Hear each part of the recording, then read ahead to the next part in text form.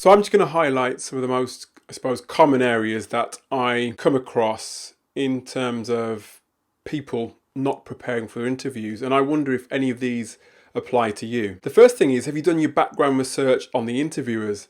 And obviously this demands that you actually know who is interviewing you. And that's important because the sort of questions that you would ask HR, for example, are totally different to the questions that you would ask a hiring manager. And on the other hand, the sort of questions that the hiring manager will ask you are going to be different to the questions that the human resources department are going to ask. So you'll need to be prepared to respond and also ask questions to each of those different parties. And as I said, knowing who is going to be interviewing you is to your advantage, because you can then do your background research and see if there are things, for example, that you have in common. LinkedIn is a great tool to use to understand, for example, what universities the interviewers have gone to. Did they go to the same university as you? Do they follow and support similar causes to you and have similar beliefs? If that is the case, then you have common ground and you can use that information to break the ice and build rapport. Probably the most compelling reason to have done background research on the interviewers is so that you can completely understand their challenges and position yourself as somebody who has the skills and experience to help them overcome the demands of the role. Something else that you might have forgotten to do is review your CV so that you can recall facts and figures at the drop of a hat without having to look at it. Interviewers frown upon and lose confidence in candidates who constantly have to refer to their CV each time they're asked a question.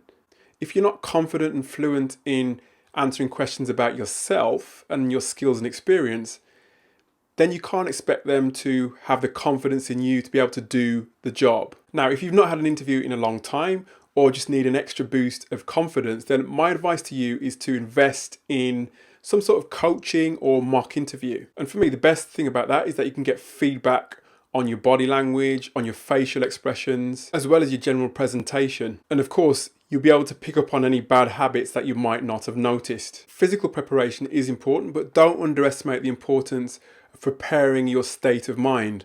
And one of the ways you can do this is by speaking to positive people.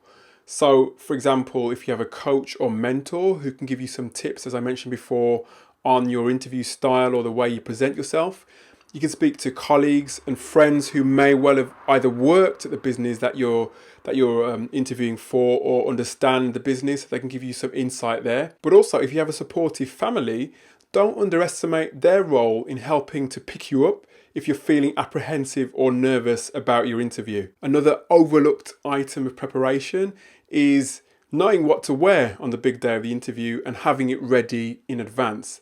The last thing you want to be doing, for example, is ironing your shirt the morning before, but at the very least, you want to know what you should wear so that the interviewers can actually visualize how you would look in their role and understand that you'd be a good fit in that sense. And there are plenty of sources of information that you can refer to in order to find out what to wear. So for example, you can ask your recruiter, you can look on their website.